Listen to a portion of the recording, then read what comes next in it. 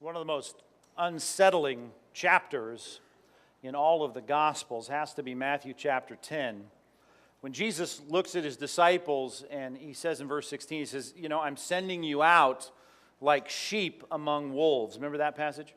Well, that doesn't sound good. You're going to go out and you're going to be like sheep among wolves. And he says, you're going to have to be as shrewd as snakes, and yet, you got to stay as innocent as doves. Do the right thing.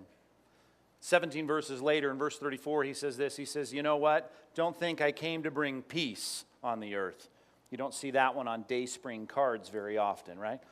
Jesus didn't come to bring peace. He said, I came to bring a sword. Do you remember that passage? I came to bring a sword. He said, and then he starts quoting Micah 7 in the Old Testament. He says, I've come, he says, to pit a man against his father, and a daughter against her mother, and a daughter-in-law against her mother-in-law. And he says, the enemies...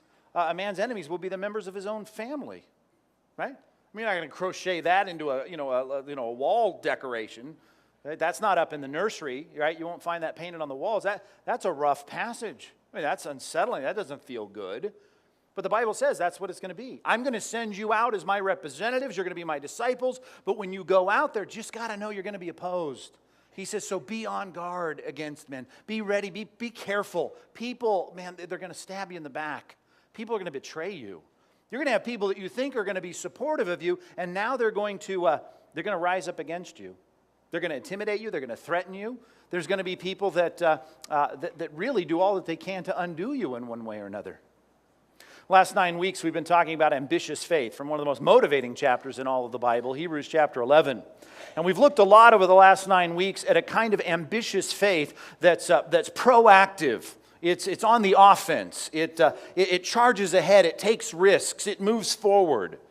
But as we'll see today, as we get to the next 3 verses in Hebrews chapter 11, there are times when people are pitting themselves against us, when we find ourselves face to face with an opponent, when people unjustly put themselves against us and seek to undo us. There are times when we need an ambitious faith that just allows us to stand firm in the face of opposition. Sometimes we need a kind of ambitious faith that's as good at defense as it is at offense. And as it says in verse 33 later in our passage, and we'll get to this in a couple weeks, if we have ambitious faith enough to conquer kingdoms, but we don't have ambitious faith enough to spend a night in the lion's den, then we're not really equipped for the real world. Because in the real world, you're not only going to be asked to step out for God and conquer the mountain, you're going to be asked to stand firm in the face of opposition.